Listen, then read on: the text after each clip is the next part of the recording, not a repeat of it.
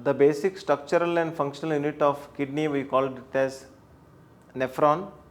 So, each nephron has multiple parts of the nephron, we call it as glomerulus, Bowman's capsule, distal convoluted tubule, proximal convoluted tubule, loop of Henle and collecting tubules.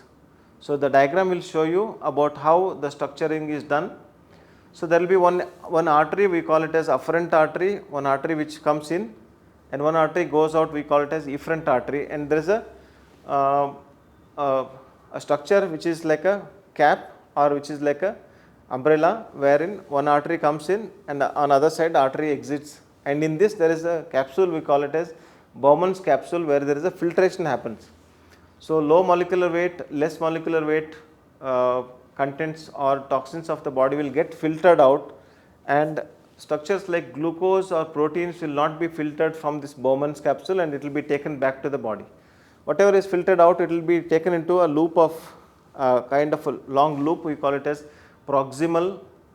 because it is up, convoluted because it has multiple convolutions, convoluted tubule, it is a small form of tube, we call it as tubule, proximal convoluted tubule, and there is a loop where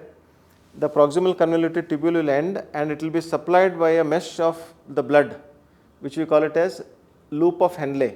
In this area there is a circulation of exchange of the micronutrients happens, reabsorption of water happens, reabsorption of required multivitamins will happen, and the excess of water, if it is not needed for the body, it will be sent to the next part, loop of Henle, then to the distal convoluted tubule, and then the water excreta will be collected in the form of collecting tubules, and it will be sent to the renal calyces. From the renal calyces it will go to the ureter. From the ureter urinary excretion will go to the urinary bladder, and then it will be sent out. In this filtration there are three processes. One is called as glomerular filtration, where in the Bowman's capsule all the filtration happens, which I will show it on the screen, and then reabsorption, and then secretion of required nutrients. There is a three process, and then the output will be urine, which is normal daily urine output will be somewhere around 1 liter or so. So, but filtration is totally different, maybe around 180 liters of filtration can happen in glomerular filtration. So, when you study the mechanism, you see that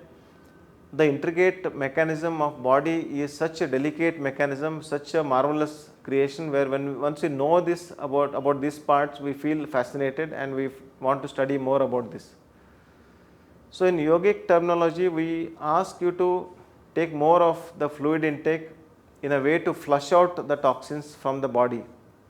In the Ayurveda principle, we call it as ama. In yoga principles, we will call it as more of the toxins, cleansing out the toxins from the body, so that your nadis can be activated, your body is fit to do asanas, your mind is fit to do meditation, your breathing is well controlled, then you can align the Kundalini chakra or the subtle energy in such a way that you can connect with your Jivatma, then to the Paramatma or the cosmic consciousness in such a way that your cleansed body, cleansed mind, cleansed spirit can help you to align yourself with a higher cosmic order. In that process, the cleansing of body, elimination of toxins is very important.